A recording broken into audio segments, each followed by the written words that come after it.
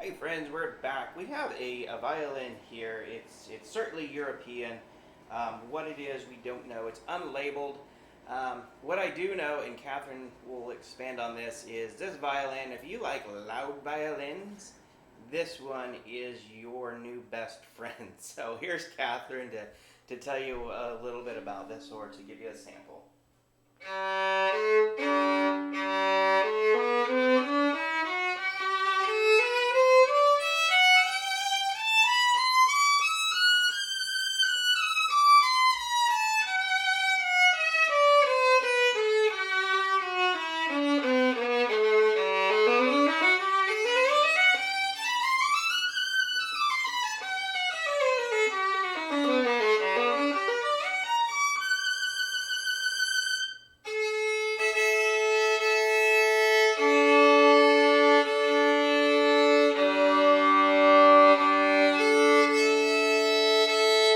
So this instrument it has been a journey with this instrument for sure.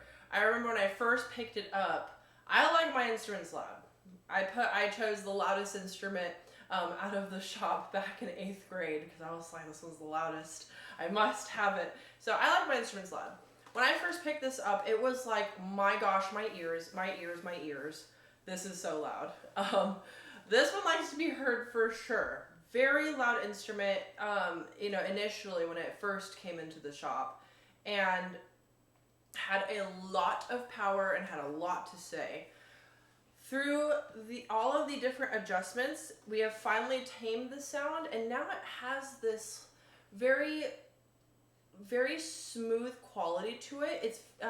It's very, like, the feeling of playing this instrument is, the bow really smoothly glides across the string, and the sound is very honey-like with a little bit of spice. But it very much feels and sounds like honey, and it's not blaringly loud anymore.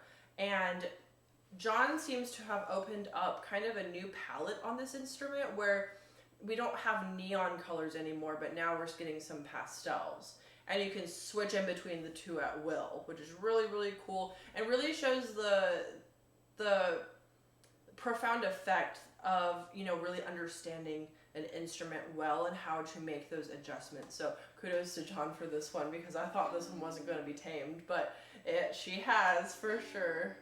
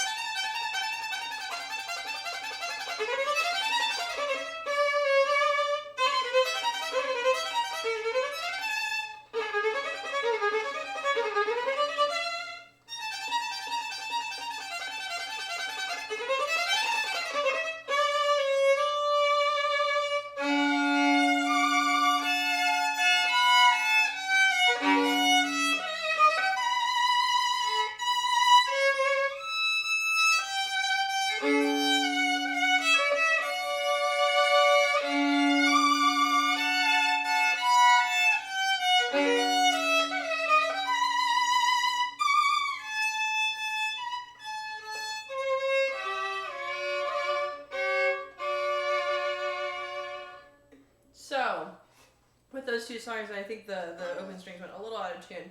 But with those two pieces, we really get a chance to hear the full scope of this instrument and what the range is in terms of how high up the string you can play while maintaining a good sound, or how warm can it get, how bright can it get, how articulative is this instrument. I would say it really does well in all of these points. In terms of articulation, you really hear all the notes very well, and each of them are quite crisp. As the strings break in more, because I think these are a fresh pair of strings, as the strings break in more, it's only going to get better. As I was playing some of the faster notes, of course with fresh strings, the sound is always going to be a little bit wonky with fresh, brand new strings. Kind of like having brand new shoes. It's not going to feel right the first mile that you walk in them. Got to break them in just a little bit. It's the same exact thing with strings. In terms of the sound, I love how bright and how powerful this instrument can get.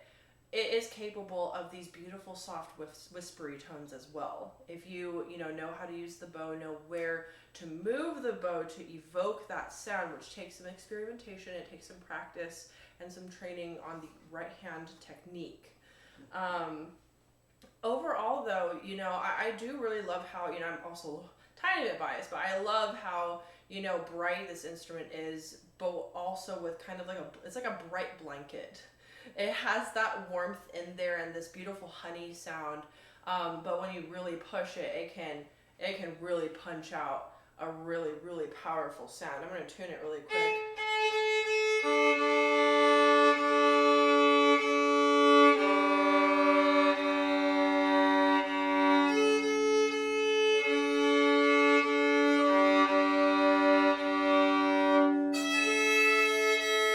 Struggle of new strings. We all know that feeling. This is, if you're a soloist, you play, by yourself in a band, or, you're essentially in a place or a position where you gotta be heard. It's a fantastic instrument for you. This will soar above all the other instruments if you push it.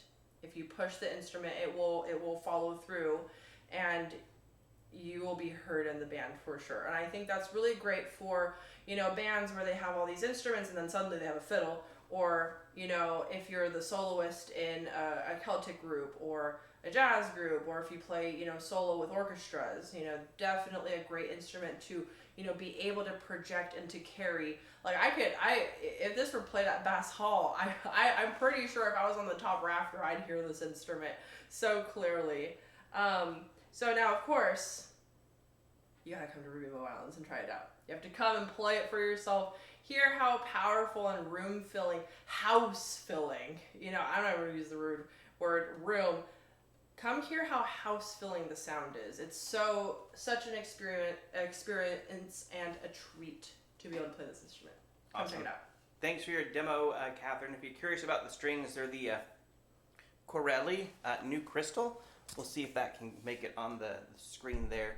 But we brought it down from Jargar Evokes, which were a true soloist string. So these are like non-soloist strings, but still give it a soloist sound. So if this doesn't sell in a month or two, I think we're just going to try out the old obligatos and just see if we can tame this beast. But for those that really like a violin that, like Catherine very well said, just it can play very quietly, but also it will grab your attention. So I know there's a home for this one out there, and I'm assuming this is a needle in a haystack or a unicorn that somebody's looking for. So over 100 years old, very interesting violin, beautiful flame, and very unique F holes. It keeps on getting comments on those really antique, odd-looking F-shaped holes, which are just a little bit different than pretty much anything else out there. So kind of look. So the ramblings here from Revivo. Thank you for your time, Catherine. Thank you for your amazing players.